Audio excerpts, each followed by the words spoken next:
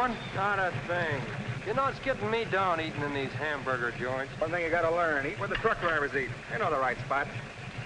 Say, I saw a funny thing up the road just now. Good-looking dame sitting in a car all alone. Yeah, what was she doing? That's just it. She wasn't doing nothing, just sitting there. I got a rule about women. If they ain't breaking the law, let them alone.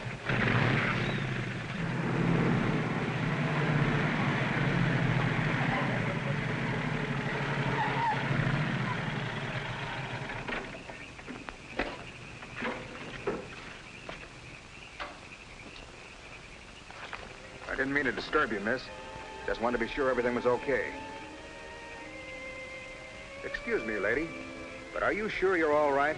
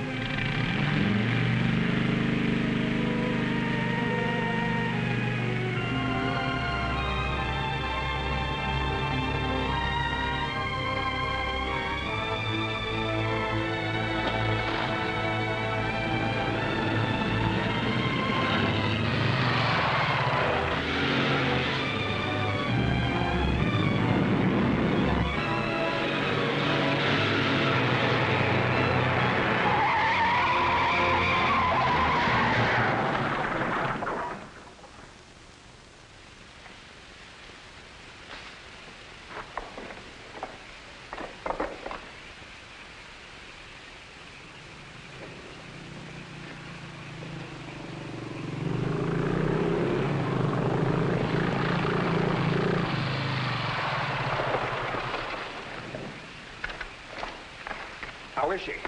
Luckier than she deserves. I just checked on her up the road. She was acting kind of strange then. I'd better call that ambulance. I doubt if it's serious, and I'm as good a doctor as you'll find at this time of night. Let's take her inside.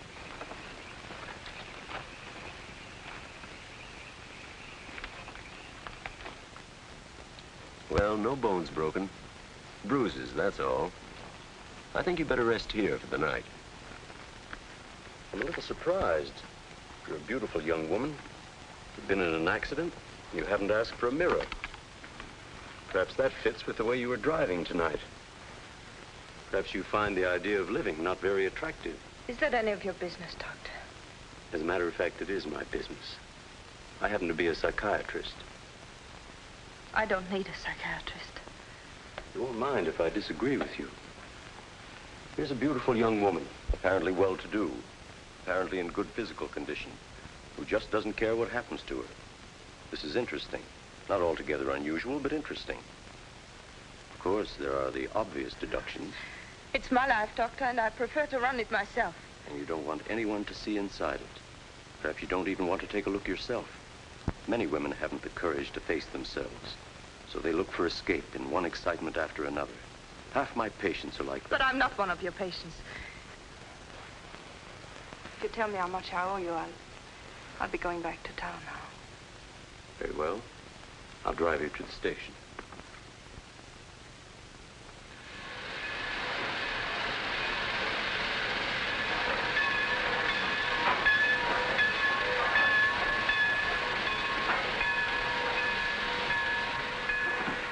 Miss Damien, you're an intelligent woman, not an idiot. Will you promise me one thing?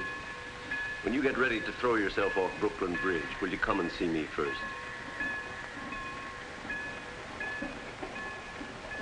Goodbye, Doctor.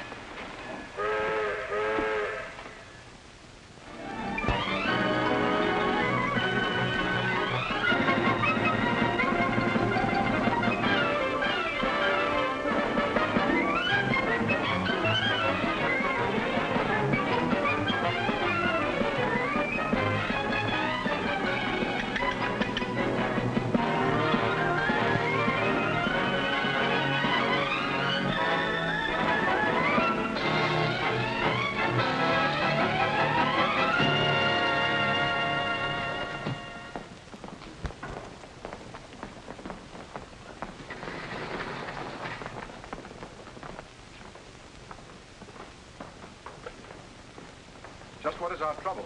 That's what I want to know. Our trouble is Miss Damien. Miss Damien again. She's as pretty as a picture and as stubborn as a mule. But this time, there's a lot more involved than just her opinion.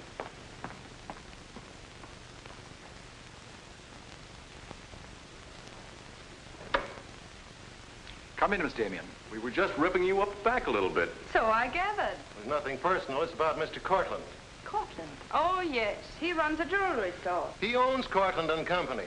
London, Paris, Fifth Avenue. You may remember him as one of our biggest advertisers. Oh, what Shirley wants to say. I know what Shirley wants to say. I always know what Shirley wants to say.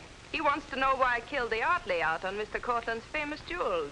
And I understand the April number goes to press without it. That's right. In the first place, it's no art layout. It's a press agent's dream. But the result is we stand a good chance of losing the Cortland account.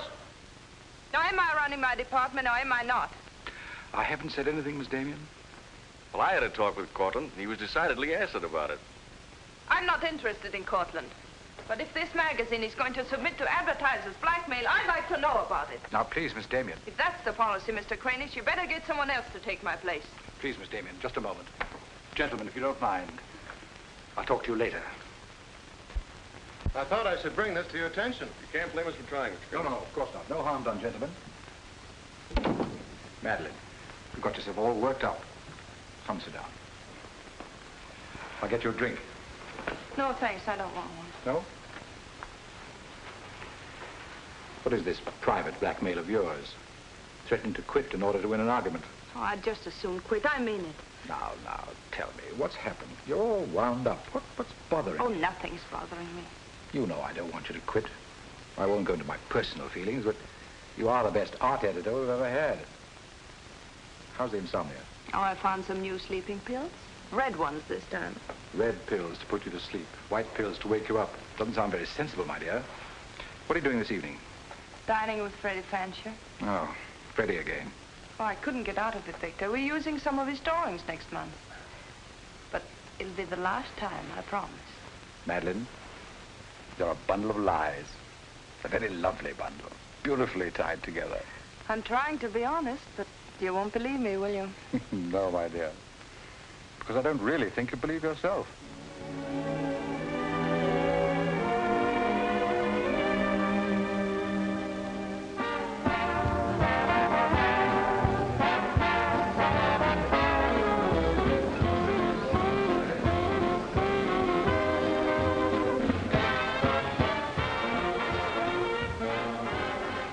Why do you have to go back to that bore, Freddie Fancher? You haven't even given me a chance to make love to you. You've been doing all right. You know something? It's awfully hard making love to a woman who makes more money than I do. It'd be much easier if you made love to me. Would it? Oh. You're trying to give me the brush off, are you? Well, finally, we understand each other. Well, there you are, Freddie. There's your girl and no bones broken. I'll see you at the office, Madeline. I'd join you if somebody asked me. Nobody's asking. Fair enough. Why do you have to dance with that pollywog? Look, I've told you not to drink. I always drink, particularly when I'm with you. Oh, am I that hard to take sober? You're a voluptuous pain in the neck. I'm going home. You're not going to walk out on me. Come on, be yourself. I've told you I'm going to leave early. But you can't leave me just sitting here in the snow. I'm mad about you. In my own foul way. Good night, Freddie.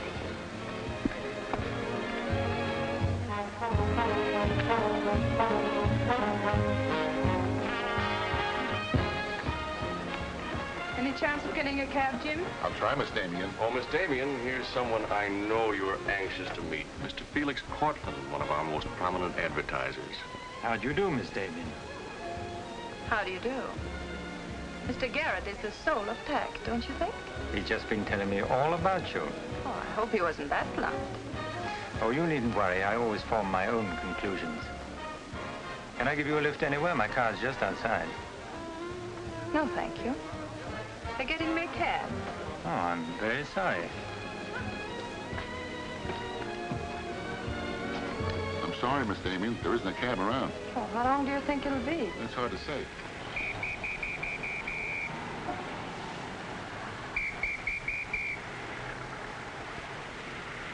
Are you sure you don't want a lift? Well, there doesn't seem to be any alternative. Good night, Mr. Garrett. Good night, Mr. Cortland.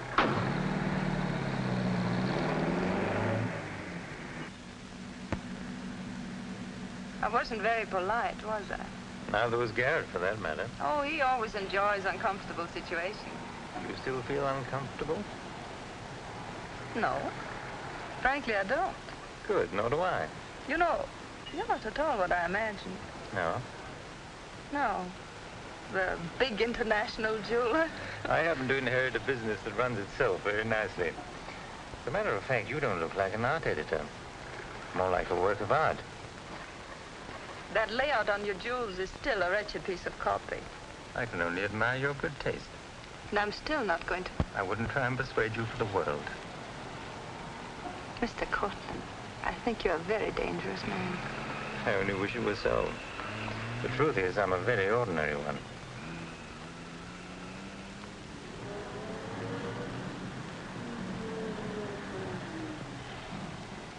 Oh, I'm sorry. I forgot to give you my address. It's my fault. I forgot to ask you.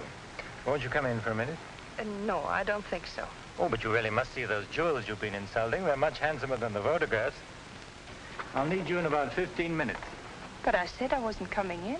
Oh, yes, so you did.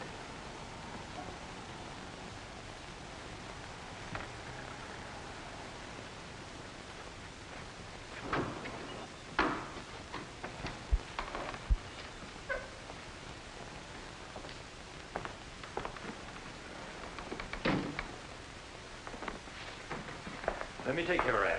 Well, I'm only going to stay a minute here. Of course.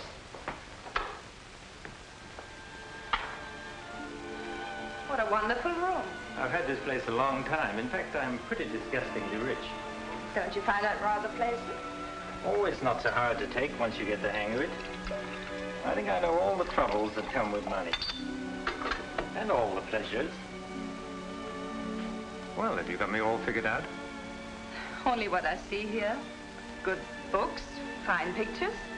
Wonder if you ever look at them. Oh, but I do. I'm a lonely bachelor, and I spend hours here all by myself poring over old manuscripts. You don't expect me to believe that, do you? Didn't my father paint that? Was Stephen Damien your father? Uh-huh. That's very interesting. Is it? I remember when he came here to paint that picture of my mother. Everybody was fascinated by him, especially Mother. Father ended by chasing him out of the house. I'm afraid that's the way it usually ended. My father was very much in love with life. That's a Hungarian custom, isn't it? Not exclusively Hungarian. Weren't you going to show me your jewels? Oh, yes, of course. I'd quite forgotten. That's the reason we came in here, wasn't it?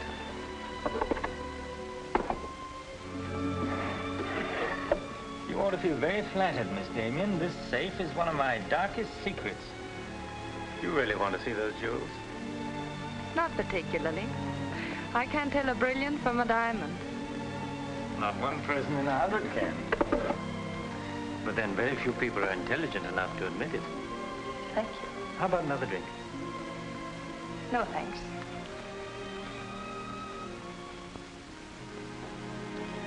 You know, you need relaxing. Lots of relaxing. I can hear your nerves snapping like rubber bands. I'm not nervous at all, see? You're a very curious mixture. A highly moral voice. That's not me, that's my mind. A man's mind, I'd say. Why not? I do a man's work. And desperate eyes. Eyes full of shadows.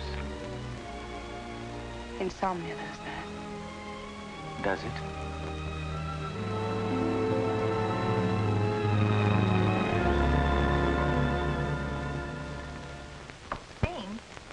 Miss Damien, give you her secretary. Miss Damien's office? No, Mr. Cortland, she's not here yet. Shall I have her call you? Yes, Mr. Cortland. Where's Glamour Puss? She hasn't come in yet. Well, who sent these? Mr. Felix Cortland. Mr. Cortland. It's very interesting. She never misses, does she? Mm-hmm. Jealous. If I'd given it any thought, I could have predicted it. Gladys, I won my bet. She's got a new boyfriend. I guess those dames gotta have new excitement all the time. Yeah, here today, gone tomorrow. Personally, I don't see what she sees in it all. Is that any concern of yours? No, Miss Damien. I didn't hire you to gossip about my private life. No, Miss Damien. Go get your money. You're through.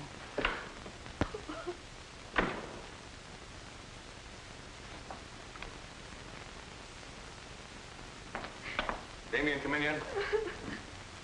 What's the matter, sweetheart? Miss Damien fired me. Fired you? What for? He heard me talking about Mr. Cortland. Cortland, eh? Don't you worry, baby. I'll fix that. Understand you fired June. That's right. What's the idea? I don't like people to gossip about me. You don't, eh? No, I don't. Well, it's pretty late to be thinking about a thing like that and so rotten quick to take it out on your secretary. Get out of here. You don't think your life is a secret, do you? Boys were betting 8 to 5 this morning that the Cortland layout would be in the next issue. You're disgusting. Madeline, why don't you get wise to yourself? Everybody else is. One romance after another. That's your whole life, and you adore it. Get out. You try to dress it up with pretty words, but you don't fool anybody. They know what you are, and you'll never change. Get out! You don't care because it's too much fun.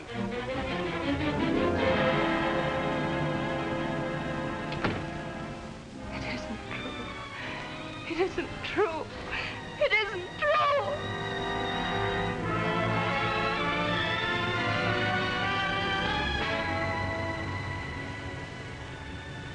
I'm a little surprised. Here's a beautiful woman who just doesn't care what happens to her.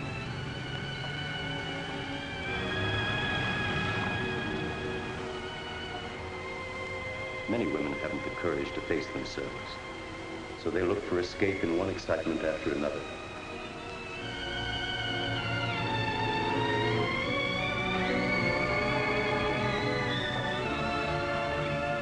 Perhaps you find the idea of living not very attractive. Lady, if you want to kill yourself, why don't you try the fridge?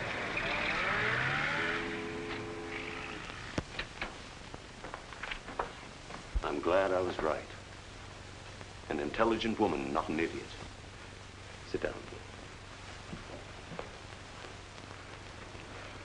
That's it. Now, if you feel like talking, just go ahead and talk. You're afraid, aren't you? Well, it's our job to find out why. To explore the shadows and throw light on what we find there. Then you'll be able to see yourself clearly and face yourself honestly. When you can do that, you won't be afraid anymore.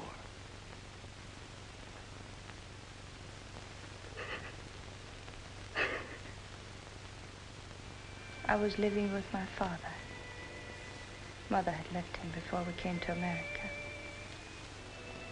I was 10. And to me, the way he lived seemed romantic and wonderful. He was a successful painter, and women adored him. He went his own way and did what he pleased. Just as you've been trying to do? I suppose so. But why? Did it make him so very happy? Oh, I was certain he was the happiest man in the world. Until he killed himself. And you couldn't understand why he did it. You understand now? I think I do. Did you ever do any painting yourself? I used to. Why'd you give it up? Oh, didn't pay enough. And besides, I didn't want to be like my father. I wanted my own life. And have you been living your own life? Of course I have. The kind of life you really want? I don't know. I don't know. Don't you think you've been hiding from yourself? Did you ever try and discover the person you really were, deep down underneath? I never cared to. I'm not so sure I do now. In that case, I'm afraid I can't help you. But of course, that's entirely up to you. Shall we go on then?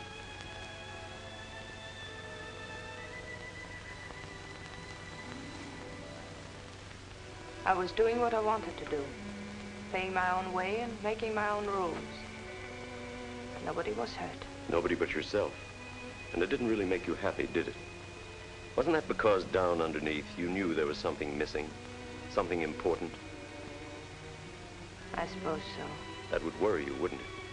And then you would drug yourself with the excitement of more excitement. Oh, I know the pattern, Miss Damien. You're suffering from a disease of the times. A neurotic malady as commonplace as chronic alcoholism. Suppose for a moment that you were an alcoholic. They're much the same, you know. Unsure of themselves underneath. and seeking reassurance from new excitement. Instead of getting at the cause, the drunkard solves his problem by taking another drink. This, of course, is no solution. And eventually, we find him sprawled hopelessly at a bar, without the strength or even the desire to save himself. I can't go on with this. You're not helping me. You're insulting me. You've been insulting yourself, Miss Damien. Insulting your body and insulting your soul. Your life hasn't been gay and glamorous at all. It's just been muddled and senseless. You know that now. And if you really want to change it, you can start right away. Now it's up to you.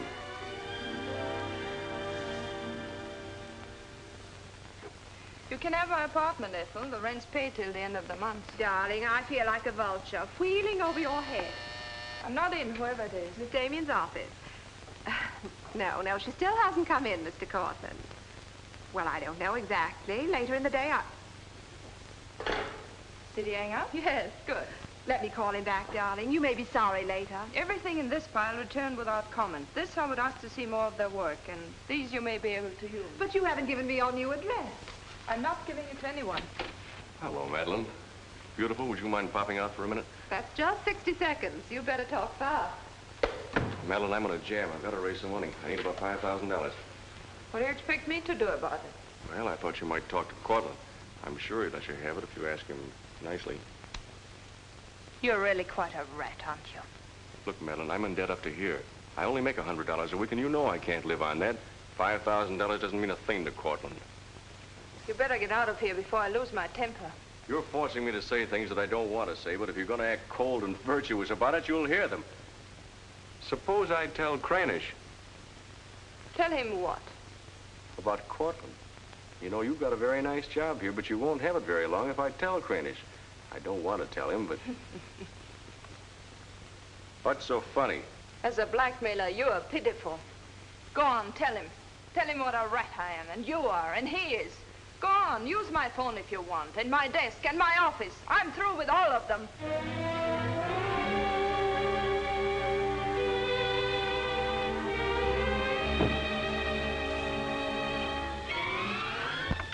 Boulevard Magazine. No, Miss Damien hasn't been back. Just a moment, please. I'm sorry, she doesn't work here anymore. You might try at her home. Waldorf Apartments. Waldorf Apartments? Miss Damien? Oh, no, she gave up her apartment. Why don't you try the post office? Dahlgren? Dalton? Dalton? Damien. Here, Richard Caleb, 137 West 50th Street. Well, I've nothing to do except that Miss Damien has taken my advice as a doctor. She'd been living in an area of infection, and she's removed herself from it. I take it you consider me part of the general contamination. Now, you've come here for information, not diagnosis. I usually charge a fee for insulting people. I'm willing to pay for data of any kind. Yes, I gathered that. But I've nothing for sale. I suppose you're being very ethical, but I'd like to talk to Madeline. In your presence, if you wish. Miss Damien is living under a different name in a different world. She told me to tell you, if you inquired, that she was busy growing a new soul. Now, would you please keep off the grass? Goodbye, Mr. Cortland. Goodbye, Doctor. Doesn't it ever worry you, playing the almighty in this fashion? Not particularly. I'm used to it.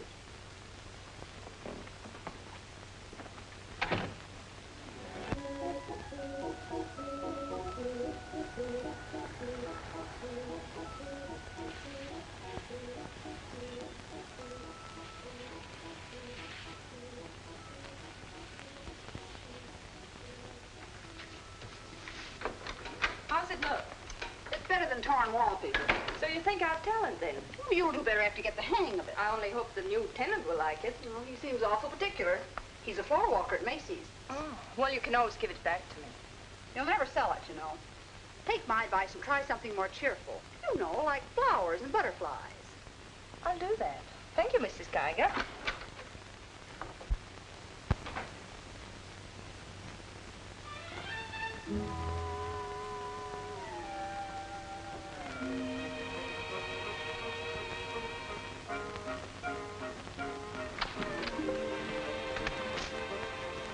Thanks.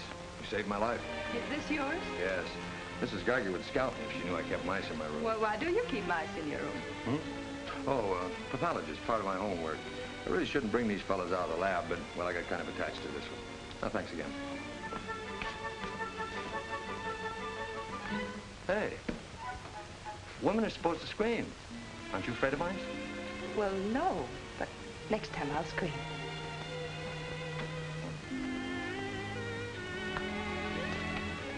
Good afternoon, Miss Green. Hello, how's the work going? Oh, all right, I think. Yes.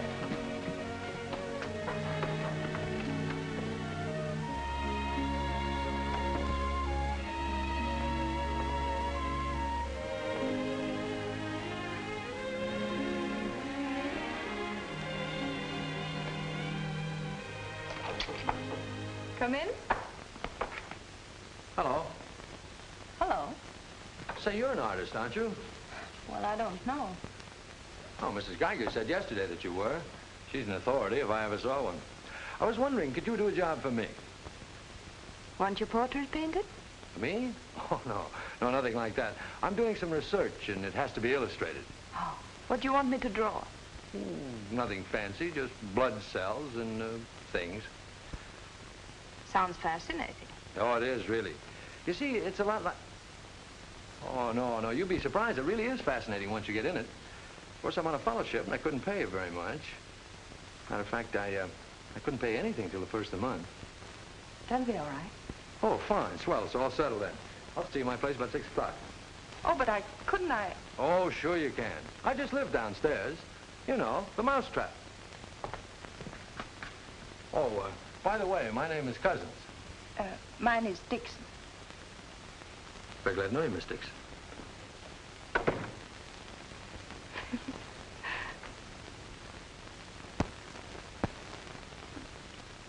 Just what am I drawing? Am I allowed to find out?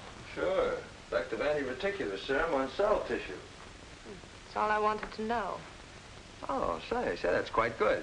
I'll take it to the lab with me in the morning. I'm just about ready for the next one. Do you realize it's 12 o'clock? Oh? I haven't had my dinner yet, and you haven't either. Oh, gosh, I'm sorry, but, well, I got so wound up on this. So did I, but now I'm hungry. Well, tell you what let's do. We'll go out and eat. That's a brilliant idea. I'll get your coat. Do you do this all the time? Only since I got out of the Army. I was lucky to get this job of research. Now I've got to get it finished. Then what? Oh, then I go back to Oregon and become the usual respectable small-town doctor. No mice? No. No mice. Head colds and belly aches. $5 a visit. Maybe you'll like it. You'll get some rest. Oh, I'll get plenty of rest, all right, but I don't think I'll like it. You folks going out this time of night? That's right. We're meeting a few friends at the Busy Bee cafeteria. We don't want to miss the floor show. We'll have to hurry. See that he eats. He hasn't got any more sense than a goose. I'll feed him with a spoon. I got onto it first up in a little town in Germany while I was still in the Army. I'd met a couple of Russian medical officers who were working on anti-reticular, and, well, they were pretty steamed up about it. Pie, sir? No, thanks. We got together the first night over a bottle of vodka. I remember the town was still burning. Well, maybe it was the vodka, but anyhow, we got to talking about anti-reticular, and, well, I guess I got pretty excited. You mean you speak Russian? Over a bottle of vodka, anybody speaks Russian. Care for some coffee? No, thanks, I've milk. Oh, one, please. At any rate, I promised myself that night that just as soon as the war was over, I was going to do a job of this. But you haven't stopped to eat ever since. That's an error I'm just about to rectify. $1 even. There you are. Thank you. Oh, thank you. You, sure you've got everything you want? Oh, yes, thanks. You know, I don't think you're much of a doctor. Do you call this a sensible diet? Pancakes and pickles? Well, scientifically, there's two kinds of diets. The kind that doctors prescribe and the stuff they eat themselves. Oh, but you're always in such a rush. You can't make scientific discoveries that way. Sure you can. Take Banning. He saw some flies nibbling in a piece of pancreas. Figured out that there must be sugar in it, and in 1 minute he had the idea for insulin. You know, you're a very lovely girl. You're not being very scientific, Doctor. Oh, but I am. It's the very heart of science. It's the truth. Let's talk about insulin. Insulin.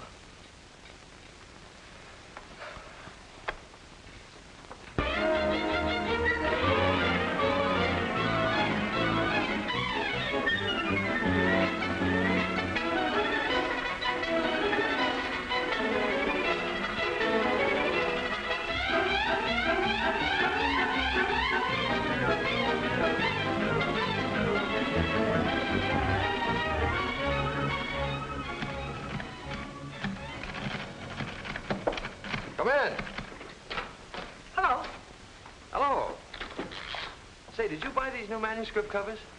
Yes, are they all right? Oh, sure, they're fine. How much they cost? Oh, nothing at all. Something like 20 cents. Oh, nothing at all, huh? You know, you can buy a pair of good mice for 20 cents? David, I have some wonderful news. I just sold a picture. No fooling. Who bought it? The floor walker downstairs. He said it's almost as good as a photograph. Well, the man has great taste.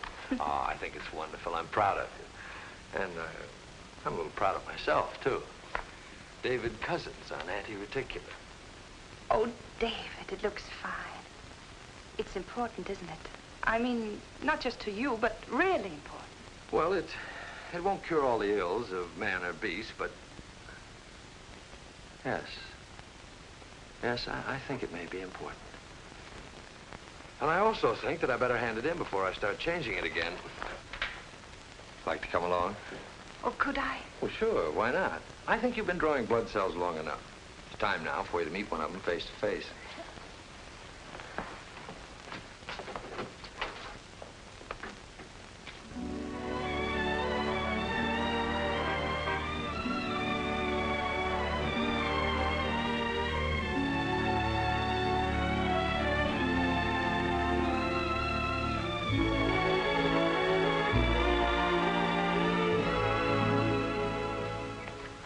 I hope your text is as good as your illustrations.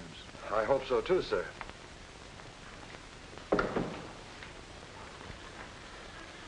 Well, that's that. You didn't tell him they were your drawings, did you? I didn't tell him they weren't. Come on, I'll show you my lab. Coffee. I wouldn't try and drink it if I were you. Assistant pathologist.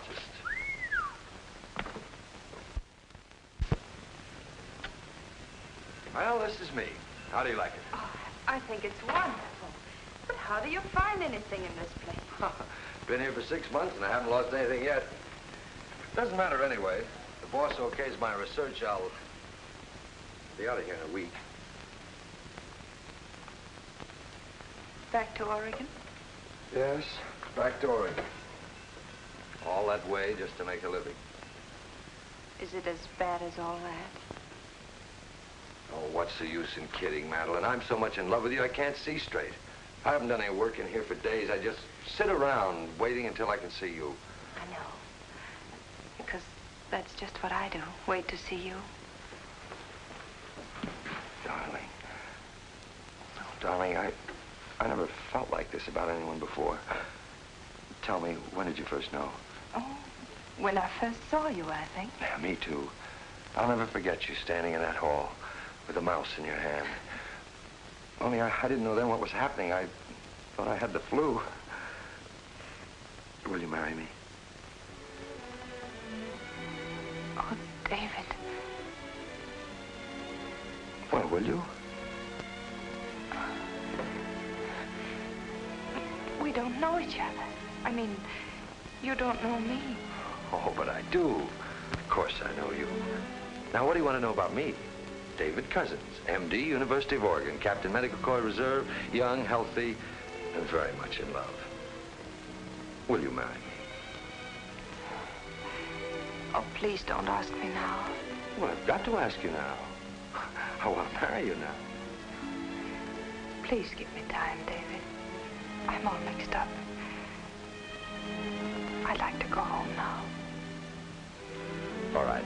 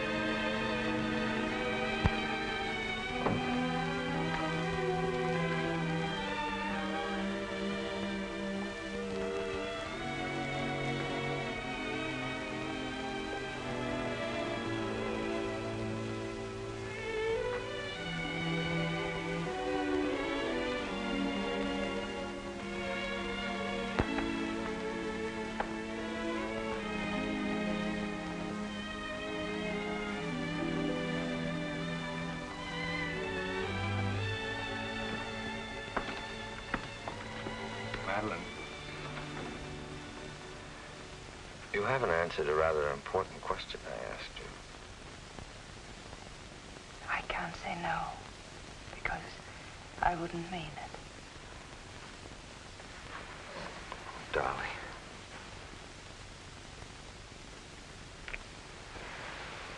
David, I do love you.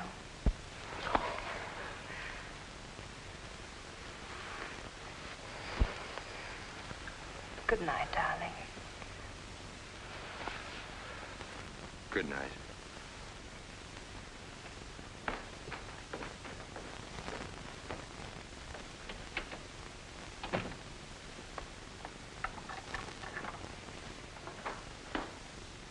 Hadn't you better close the door?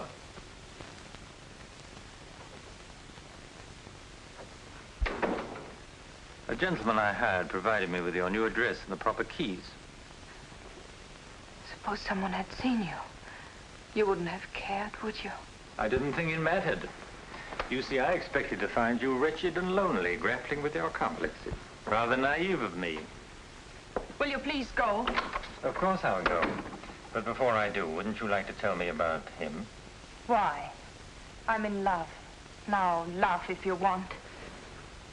I don't feel like laughing. I've always wondered if it were possible for people like you and me. And you think you've really got it? Love eternal, the fireside, the slippers, the whole thing? Yes, the whole thing. I'm very glad for you. And I think I'm a little sad for myself. You haven't told him, have you? Told him what? Well, about me, for instance. But why should I tell him? You're absolutely right. You shouldn't. Men prefer to keep their illusions, don't they?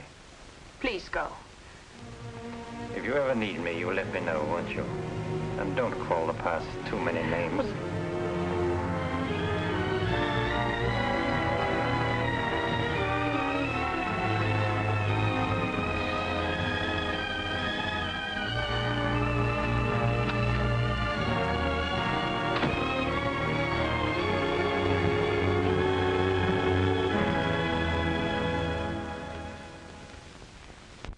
What you say. I'm going to marry him just as soon as it can be arranged. You want to run away from your problem? I'm not running away. How you know? You're looking for security from someone else instead of building it within yourself. But I love him. I can't talk to you if you don't believe me. Falling in love doesn't cure everything overnight. What do you mean? Let's be honest. There's a side of you that hasn't fully changed. Isn't that true? That is true, isn't it?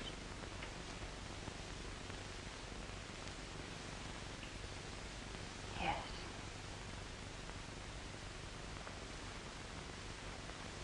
Have you still not told David about yourself? I couldn't tell him. You let him fall in love with an illusion, with someone who doesn't exist. I could never tell him. He might stop loving me. Isn't that a risk you'll have to take? You're being very careless about it. You can't build a lifetime relationship on a lie. If you're really in love, you'll tell him.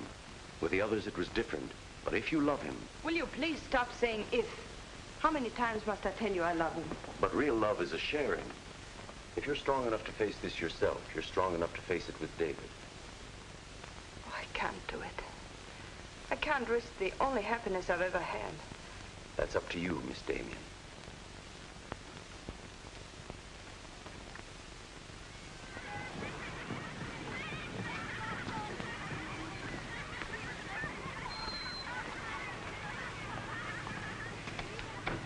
Hi. Hello, darling. You're home early, aren't you? Well, I didn't get fired, if that's what you mean. Dr. Lutz read my paper. Really? What did he say? Well, he liked it. Oh, David, that's wonderful. The only trouble is he thinks it's so important he wants me to go to Chicago and read it before the convention.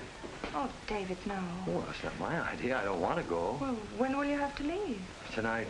Got to catch the 8 o'clock plane. And when will you come back? Oh, I don't know, a few days. But I tell you what, as soon as I get back, let's get married. You can get a license in 3 days, and it only takes 15 minutes to get married. You still want to marry me, don't you? Oh, more than anything in the world.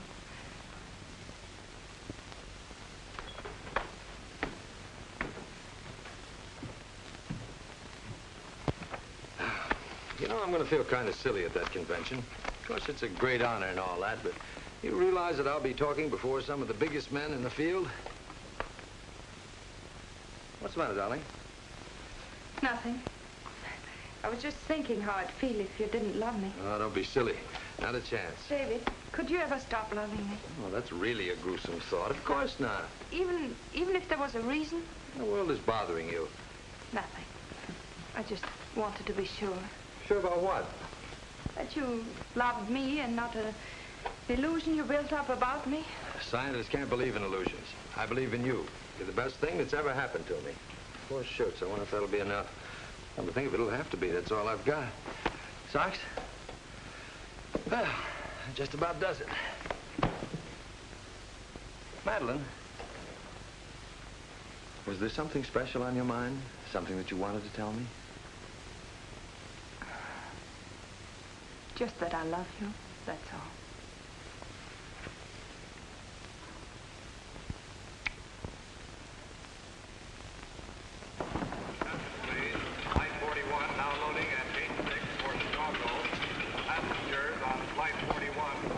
Write me every day? Every day. Hope you miss me. Hope you suffer like a maniac. I will, I promise. Oh, gosh, I hate to leave you. You know, I'm going to be jealous. Jealous of what? Oh, I don't know. Nobody, everybody. Just jealous. Darling, I belong to you. Don't you know that? I'm only alive because you love me. We'll be married the minute I get back. Well, look who's here. If it isn't Madeline. How are you? It's been a long time. David, this is Mr. Garrett. I used to work with him on a magazine. Howdy, Garrett. I quit the racket, though, or perhaps the racket quit me. Garrett's doing some confidential work for me now. How are you, Miss Dixon? This is Mr. Cortland, David. Dr. Cuss is my fiancé. You're a very lucky man, Doctor. I think so. Well, goodbye, Miss Dixon. My congratulations to you both. Oh, thank you. Good night. Good night. I don't believe a minute of it, do you? Garrett, you're a very cynical man. You don't believe in true love. You don't think Madeline does either, do you? I don't know, but I've always been fascinated by miracles.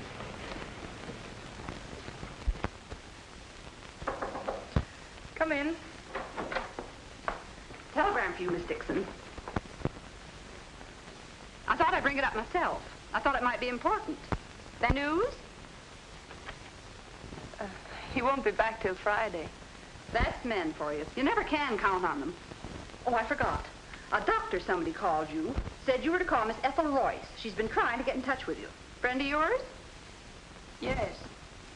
I suppose you got your own reasons, but you ought to get out and see your friends, instead of sitting in this room all day and all night. Thanks, Mrs. Geiger. None of my business, mind you.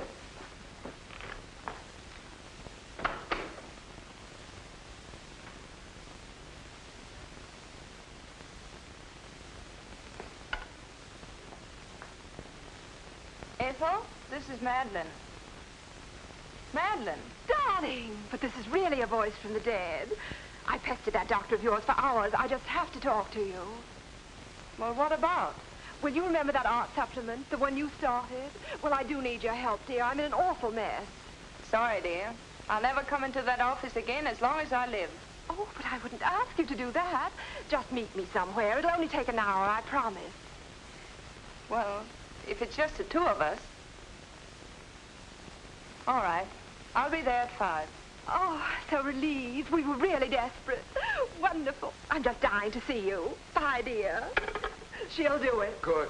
Wonderful thing, professional pride. It never dies. How'd you sound? Awful. What do you expect? Too bad. Victor, I don't want you to be there. Wouldn't think of spoiling your reunion, my dear. I don't trust Madeline, doctor or no doctor. Nor you either, my sweet.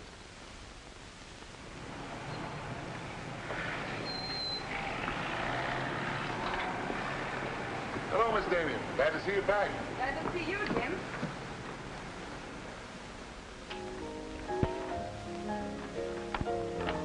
Hello, Luigi. Is Miss Royce here? She just came in, Miss Damien. We missed you, Miss Damien. Have you been away? No, but it's nice to be back just the same. Hello, Ethel. Darling, you look wonderful.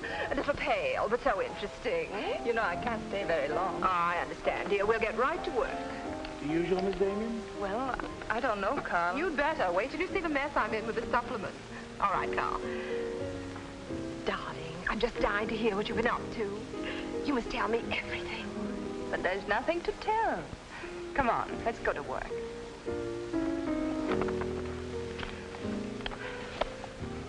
You're just marvelous, my dear. You made the whole project seem utterly simple and practical. Not for me, please. Darling, you used to be able to drink 10 in a row. I'm out of training. No one would know it, my dear. You seem just like the old Madeleine again. It's the surroundings. What do you say we have dinner and go to a show? No, really, I've got to stagger home. Madeline, my dear, this is a surprise. Victor, hello. What good fortune running into you like this? Do you mind? Don't let him fool you, Madeline. He heard me making the date with you. It's true, but I'll deny it. Frankly, I wanted to have a look at you. You look very dashing for a hermit. Thank you. We've all missed you desperately, haven't we, Ethel? As though our little hearts would break. What about a drink with your old boss? Please, 3, whatever it is. I've got all the data we need on the supplement. Good.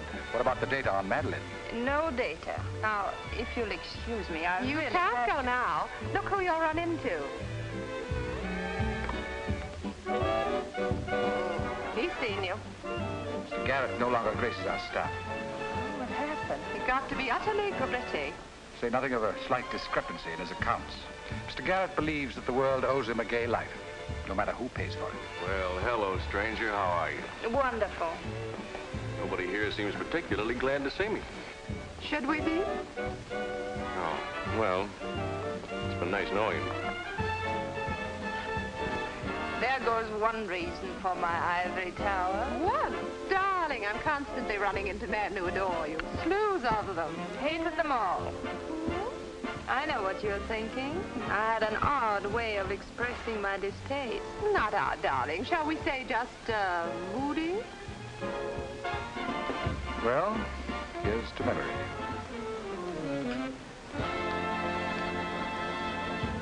May I speak to Mr. Cortland, please? Just a moment, sir.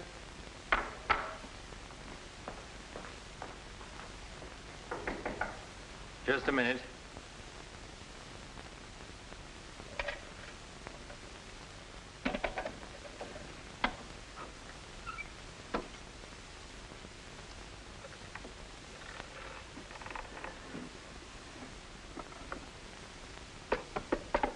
Come in. Mr. Garrett on the phone, sir. All right.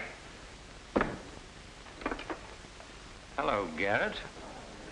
I have some interesting news. Do you know who's here? Madeline. How considerate of you to call. By the way, I've just been through the stones in my safe, and one's missing.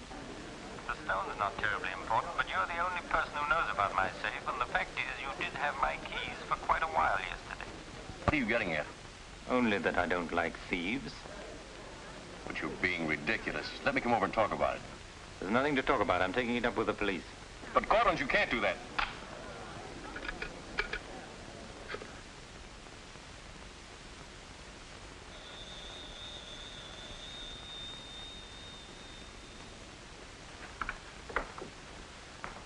Mr. Garrett again, sir.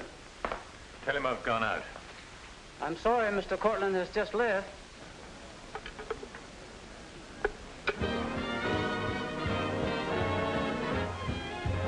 Are you all right, darling? Of course I am. You're not going to disappear again. Oh, yes. Back to my treetop. It's raining. Let me drive you home. Oh, no. Ethel wouldn't approve. Good luck, my dear, on your treetop. Bye, darling. Well? Let's face it, she's a changed woman. She'll never change, darling. She's just got herself a new set of words, that's all.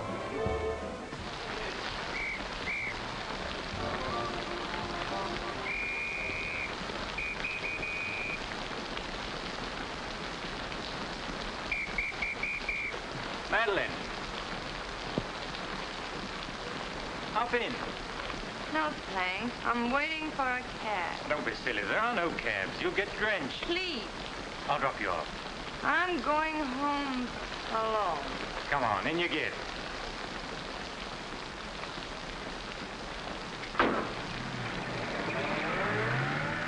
I hope you didn't get too wet.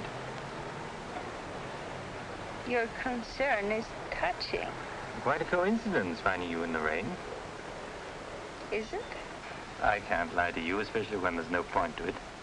I was informed you were playing hooky. You're detestable. I'm really not detestable at all. I happen to be very fond of beauty, which shouldn't be a crime in your eyes. Please, no debates. I'm a little dizzy. A good dinner will soon take care of that. Why do you always hound me? You know I despise you and everything you stand for. There's always a chance I may be able to improve your opinion and your manners. I'm sleepy. You know you're very lovely. Please don't bother. I'm not listening.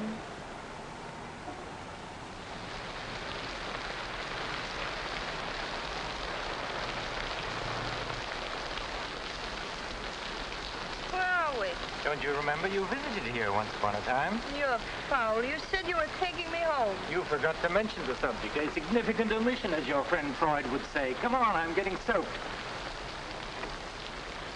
That launch you.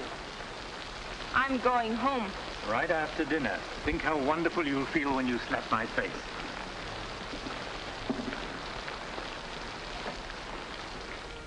That'll take the chill out of your bones, and maybe even your heart. Still cold? Oh, no. It's quite warm in here. Cigarette? Thanks. Very warm. Light? No, I'm not really detestable, am I? No. I am. Why? Because I ought to go home. In this rain, you mustn't even think of it. You see, you are detestable. And you've been very annoying for months. Madeleine, we belong together. You know that. No, I don't know that. Of course you do. We feel the same way about life. You're not making sense, Mr. Cortland. Why make sense? Doesn't this make more sense than talking and lying? No sense at all. Then what would you call it, darling? Stupid. Madeleine, you're wonderful. Stupid. You're sweeter than ever. I'd better see who it is.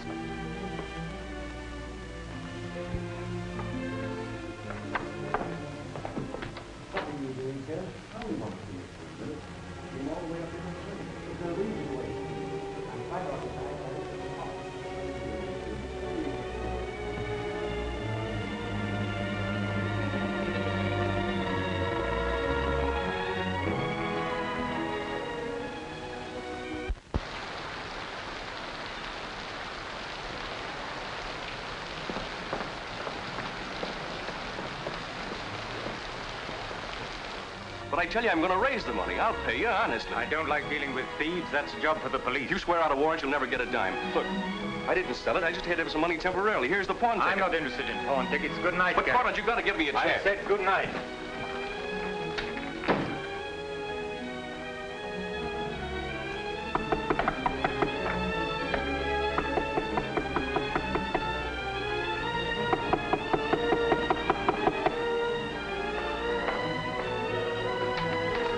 You've got to let me talk to you. Let me explain this. You stupid fool. I'll have the stone back. I'll get it to you. I promise I will. All I need is a little more time, just a couple of weeks. What are you doing? Phoning the police. You can't do that. I'm not going to let you ruin me.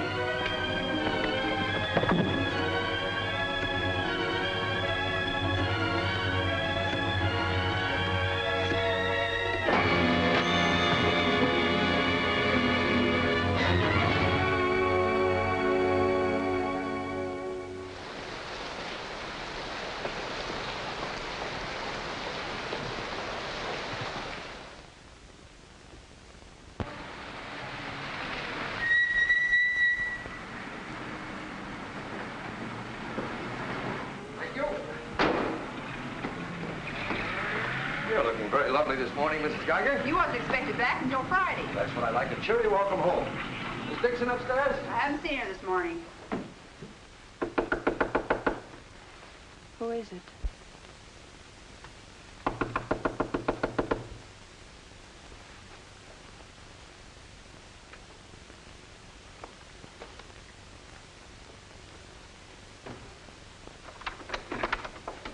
Hi. Darling. Oh, I couldn't wait till Friday. I just said my little piece and ran out on them. Oh, I needed you so badly. I feel lost without you. Don't ever leave me again. That you can depend on. Say, I've got big news. I'm a success. Oh, tell me all about it. I wonder what was the matter with you. You don't look very good. Come on, I think you better get back in bed.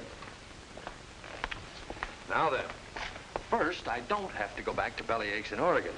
You're not marrying a small-town country doctor, young lady. You're marrying a promising young research scientist. At least that's what Dr. Broder says, and he ought to know. He's got a long white beard. Oh, darling, I'm so proud of you. I think I'll take your temperature. Gee, I wish you could have been there. When I finished reading my paper, they all got together and offered me my own laboratory in California. I still can't believe it. There it is, right in the paper. You'll find it on the bottom of page 10.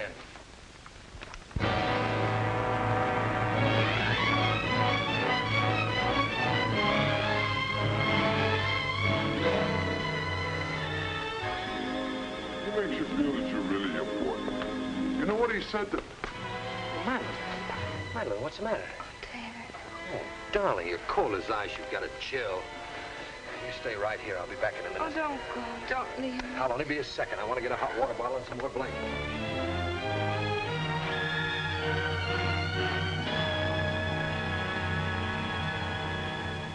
Miss Madeline Dixon at home? I don't know. Friends of hers? We're from police headquarters. Where's the room? Upstairs. What do you want to see Miss Dixon about? We'll tell her. Well, perhaps you'd better tell me first. Miss Dixon isn't well. Who are you? He's a doctor. He lives here. If it isn't important, I suggest you come back tomorrow. It's important. Could you get some extra blankets and a hot water bottle, please? You a friend of Miss Dixon's? Yes, why? Just asking. Well, what is it, an accident or something? I wouldn't call it an accident. I wish you'd cut out this mystery and tell me what it's all about. Okay, Doc, take it easy. Madeline, these men are from the police. They want to We'll take over from here, Doc. I'm Sergeant Patelli. This is Sergeant Beitler. You're a friend of Felix Cortland's, weren't you? Matter of fact, you were with him last night. No, I wasn't. Did you see Mr. Cortland any time yesterday? No, I didn't. Now, look, Miss Damien, we wouldn't be here asking questions unless we already knew most of the answers. Oh, wait a minute. Her name's not Damien. I think you've got the wrong party. I think maybe you've got the wrong party, Doc. The name happens to be Damien. This happens to be a case of murder. Take a look at that newspaper. I want to know what's going on in here. This is my house, and I've got to know. Sorry, madam. We'll talk to you later. As long as I've been here, there's never been police Take in her this and see house. what you can find out. lady. Come along. Now, Miss Damien, tell us what happened last night. What time did you leave Cortland's house? Oh, Dave. You and this guy, Cortland, were pretty sweet on each other, isn't that right? Oh, but it isn't. It isn't true. Now, according to the chauffeur, you got to Cortland's house at 6:45. What time did you leave? Oh, but I didn't go into the house. I met him by accident. David, don't look at me like that. How long have you known Miss Damien, Doc? Not very long, only a few months. Know that she was mixed up with this guy, Cortland? Oh, but it's a lie. David, it's a lie. Okay, so you didn't go into the house with Cortland? No, I didn't. He wanted me to come to the house, but I wouldn't do it. Oh, I didn't go into the house. I didn't, I tell you. Who you telling, me or the doc here? Did you get anything? She came in about 9. In a cab? No, she was walking in the rain. Landlady said she looked kind of wild-eyed. What about Cortland? He was here, all right. He visited her a couple of weeks ago. Get the date? Yeah, April 10th, around midnight. Anything else? The landlady thought that Cortland had a key to this place. She was kind of vague as to how he got it. I didn't give him a key. David, you can't believe that. I've got his key ring here. This one fits. He had a key, all right. But I didn't give it to him. Where are you going? Oh, David, don't leave me. I didn't kill him, I swear. I didn't kill him. Who cares whether you killed him or not?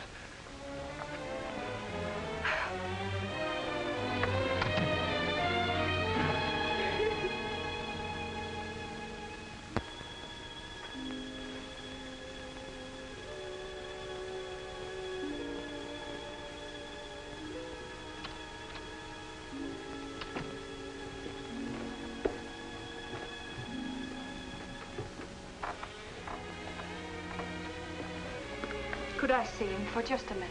Well, it isn't regulations. Okay, 60 seconds. David, please listen to me. You lied to me. You've always lied to me. But I'm not lying now. I didn't want to go with him. He said he'd drive me home. And he made love to you, didn't he? Oh, don't deny it. Of course he made love to you. He had a key to your room. I should have told you many things. I tried to, but I just couldn't. If this thing were so innocent, you would have told me. When I said I was in love with you. When I asked you to marry me. I was afraid, David. I was afraid you wouldn't understand. You bet I wouldn't. Before I met you, I was horrible. But you changed all that. You made me sane and happy. Why keep on lying? You tried that upstairs and it didn't work. Look, I was in love with you. All right, I made a mistake. I thought you were something wonderful and you turned out to be something else. So let's just forget about it. The only thing that you can do for me is let me alone. I love you, David. I'll always love you.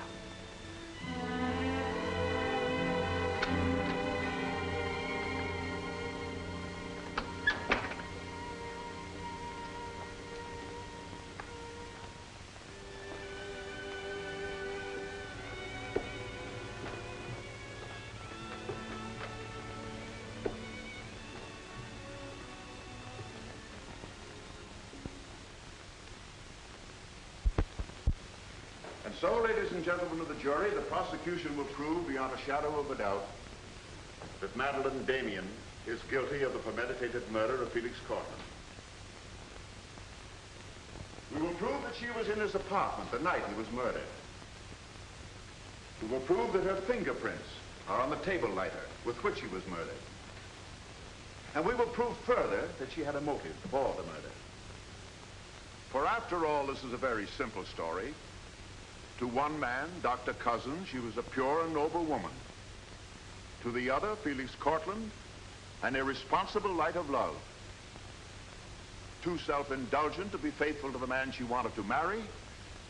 Too weak and lacking in character to break with Cortland.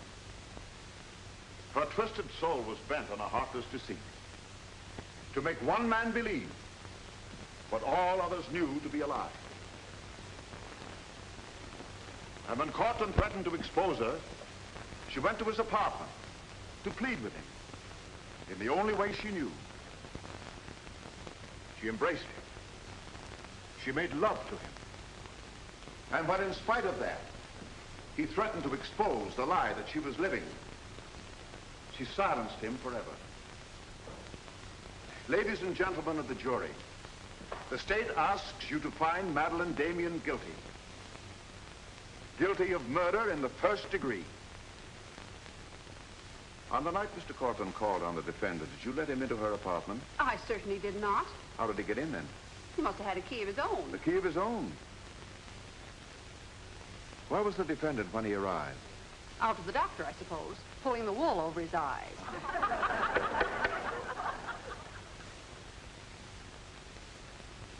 Thank you, Mrs. Geiger. Your witness, Mr. Mitchell. You've got to let me cross-examine her. No questions. Miss Damien, I can't defend you properly if you won't let me. We've got to put up a fight. Fight? What for? And now, Mr. Garrett, just what was the nature of the work you did for Mr. Cortland? Well, most of it was personal. Confidential secretary, I suppose you'd call it. And in that capacity, you were in a position to learn a great deal about his private life? Yes, of course. Did Mr. Cortland know that Miss Damien was lying to Dr. Cousins and concealing her true character from him? I'd rather not answer that question, Mr. O'Brien. You see, both Miss Damien and Mr. Cortland were friends of mine. Yes, I understand. Well, let's get back to the meeting at the airport. What was the attitude of the defendant when Cortland saw Dr. Cousins? She was embarrassed, naturally. Yeah. She was embarrassed, naturally. Thank you. Your witness, Mr. Mitchell. I've got to cross-examine. If I don't, we haven't a chance. Don't ask him anything. No questions. Were you a close friend of the defendant? Yes, I was. Did she confide in you on matters of a personal nature? Yes, she did. If you were asked in this court, do you think you could recall any of those intimacies? I could recall some of them in no detail. Your Honor, I object. Objection sustained. Well, let me ask you this, Miss Royce. Would you say in general that men found Miss Damien attractive? Definitely. And would you say that Miss Damien found men attractive to her? I'm afraid I most certainly would. You would? What were the relations between Miss Damien and her former employer, Mr. Cranish? They were friendly. In your opinion, was there anything more than friendly? I object, Your Honor. The question calls for the conclusion of the witness and is prejudicial. Objection sustained. Dr. Cousins, I'm Dr. Caleb. Miss Damien's a patient of mine. I don't happen to think she's guilty of murder, do you? No, I don't. She may be guilty of other things, but in there she's being tried for murder, and she won't even defend herself. She's got a pretty good lawyer, hasn't she? She needs your help, Doctor.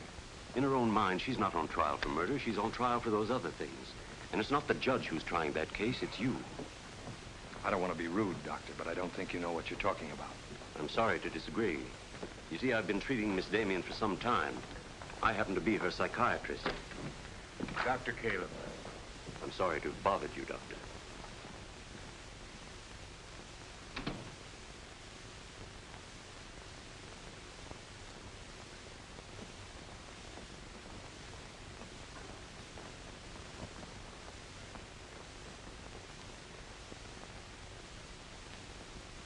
Your name, please? Richard Caleb. You're a psychiatrist? I am. Miss Damien came to you as a patient? Yes. Did she come of her own free will? Yes, of course.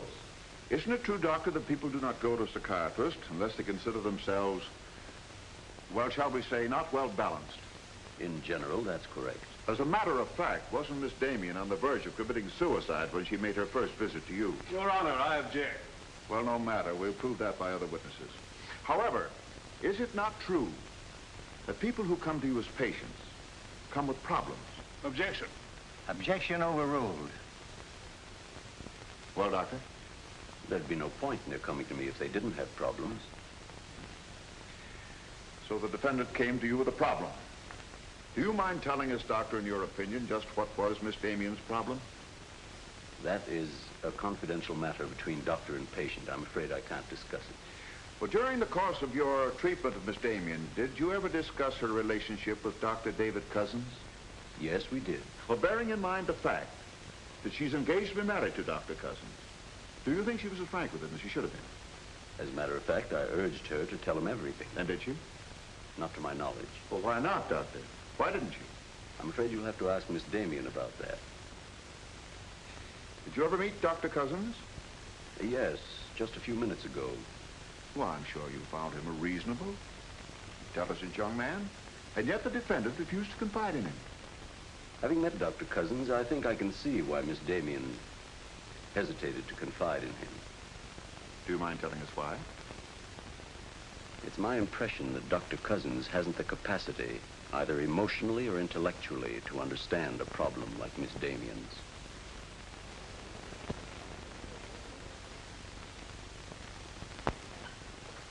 How's the trial going, Doctor? Not very well, I'm afraid. There's a Dr. Cousins in your office. Oh? You said you weren't expecting him. As a matter of fact, I was expecting him. Hello, Doctor. Sit down, relax. Tell me, is this a professional or a social call? Dr. Caleb, you said some pretty rough things about me this afternoon.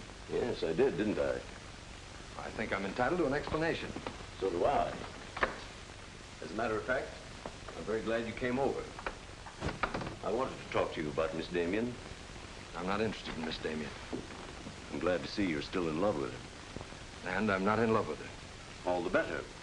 Then we can approach the subject of Miss Damien as one scientist to another. You see, I'm interested in Miss Damien because she's a patient of mine. I believe I was well on the way to solving her problem. It would be most distressing to me if she were to die now for a crime she didn't commit. It would be as though you had lost one of your white mice, one that you had just inoculated. What's all this got to do with me? Only this, that when you testify tomorrow, you'll be asked to tell the truth. The whole truth.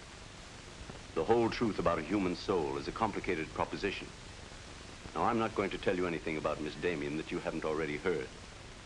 But isn't it possible that you've picked up a few stray facts and added them up to a conclusion that's entirely wrong?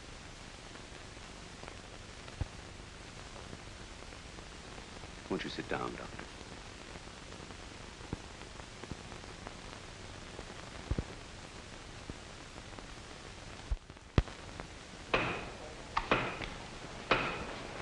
Hear ye, hear ye, hear ye. The court is now in session.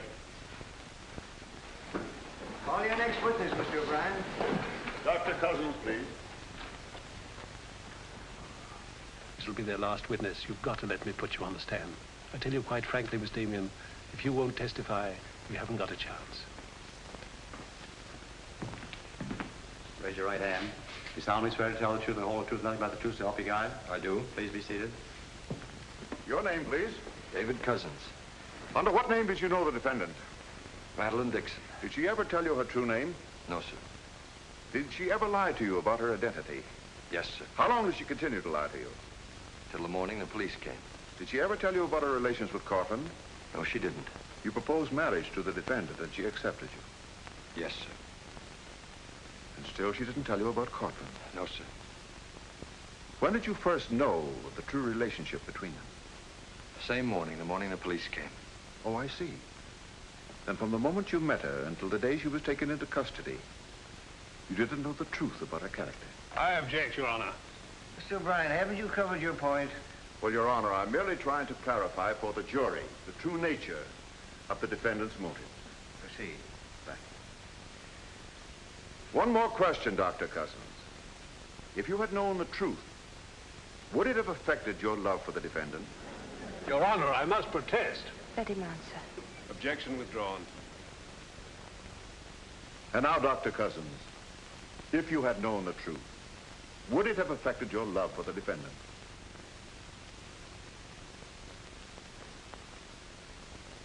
I was in love with Miss Damien then, and I'm in love with her now.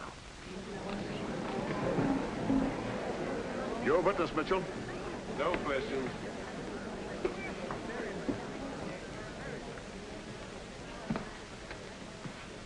Did you really mean it? Yes, I really meant it.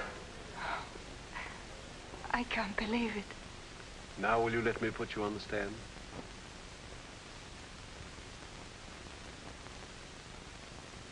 You admit you went to Cortland's apartment that night? Yes. He made love to you?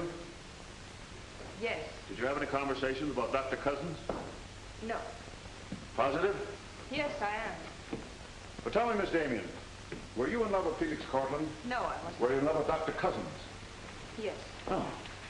But you went to Cortland's apartment nevertheless.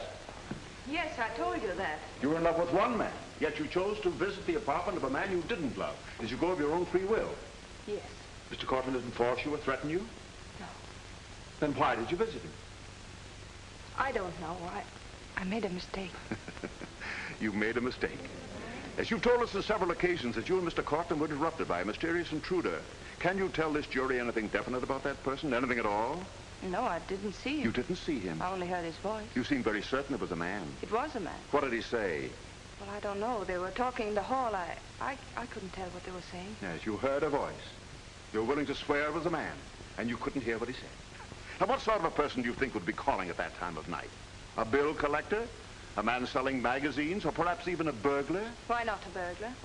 Mr. Cortland was a very wealthy man. He must have been a very timid burglar because nothing was stolen. Of course, you realize that Mr. Cortland kept his jewels in a vault at the store? Not all of them. He kept some at home in his safe. Safe? What safe? The one in his living room? You didn't by any chance see that safe, did you, Miss Damien? Yes, I did. The court, please. This is the first we've heard about a safe. I ask for a recess to examine the apartment. Well, Your Honor, we've been all over the apartment. But if there is a safe, and if it has been robbed... Gentlemen, court is adjourned until tomorrow morning.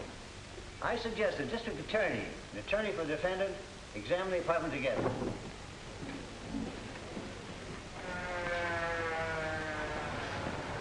What about this safe, Mr. O'Brien? What safe? How about some pictures on the inside, Mr. O'Brien? You boys better wait outside. I may have a statement for you when I come out. Mr. O'Brien. Huh? Mind if I tag along? I don't know why you're sure. The fine witness you turned out to be. Couldn't help that, sir.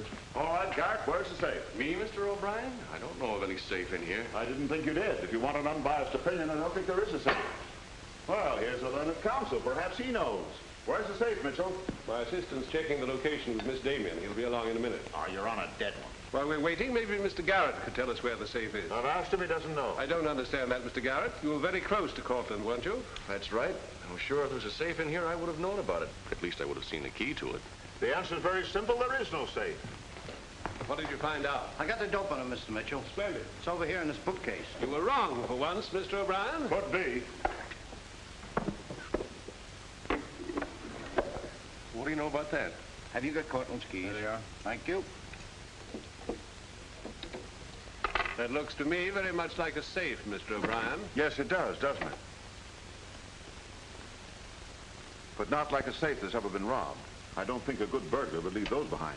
I guess we're right back where we started from. Well, I've seen all I want. How about you, Mitchell? You win this round. Lock it up, sir. Yes, sir. See you in court, gentlemen. I'll give you a lift, Doctor. No, thanks. Sergeant, I have some papers here of Mr. Cortland's I'd like to put in order. Do you mind if I stay? It's all right with me. We're finished with the place. Thank you very much. Anything I can do for you, Doctor? Oh, I was just curious about something. I've never seen a safe like that before. One that operated with a key. Come to think about it, I guess I haven't either. Normal assumption about a safe is that the lock works on a combination. Yes, I guess most of them do. I was wondering how you knew that this one worked with a key. You said you'd never seen the key to it. Did I say that? Uh-huh. I guess I must have said something I didn't mean. Oh, I see. There could be another explanation. Really? Yes. That you were lying when you said you'd never seen the safe before. You're not serious, are you, Doc? I'm a scientist, Mr. Garrett. When we get hold of an odd fact, we consider every possible explanation. We make some of our most important discoveries that way. Well, it must be fascinating work. Yes, it is. Suppose I had known about that safe, which I didn't. What would that prove? Frankly, nothing. But it does suggest a theory. You were very close to Cortland. You knew about the safe. Maybe the safe was robbed. Perhaps he found out about it. He was quarreling with a man in the hall the night he was killed. Maybe that man was you. That's a very interesting theory. Yes, isn't it? Well, as I said, I'm a scientist. When we hit on a theory like that, the next thing we do is to test it. That's all I'm doing. I see. Then you won't mind having a little talk with the police? Why, no. Why should I? Fingerprints. But then, of course, if you've never seen the safe before, you won't mind them checking it for yours. Oh, certainly not.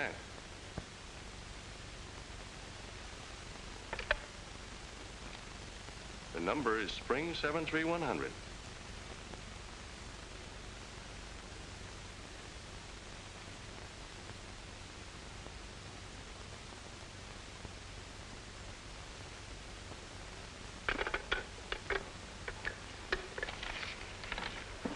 Okay, Doc. No hard feelings.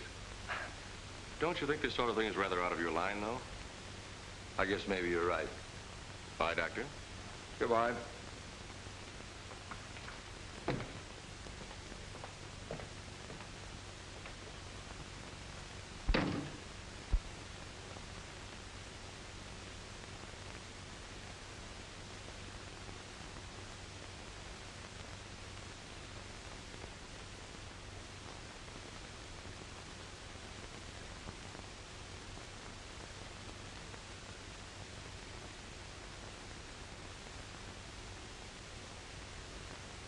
Spring 73100, wasn't it, Mr. Garrett?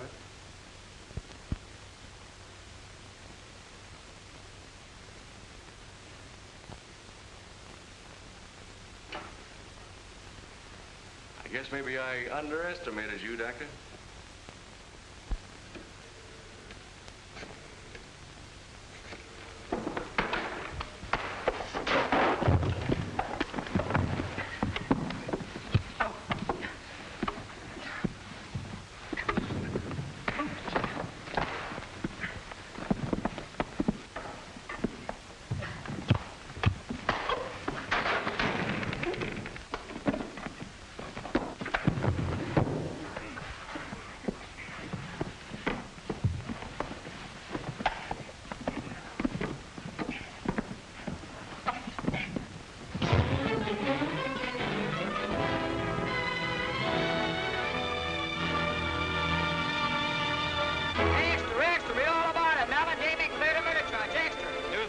From the Associated Press newsroom. Bulletin. Madeline Damien has been exonerated of the murder of Felix Cortland. The full confession by an ex-employee, Jack Garrett, is in the hands of the district attorney. It was a trial marked by many surprises, notably the beautiful defendant's startling disclosure of the jewel vault hidden in the apartment of the late diamond importer. So beautiful Madeline Damien goes free.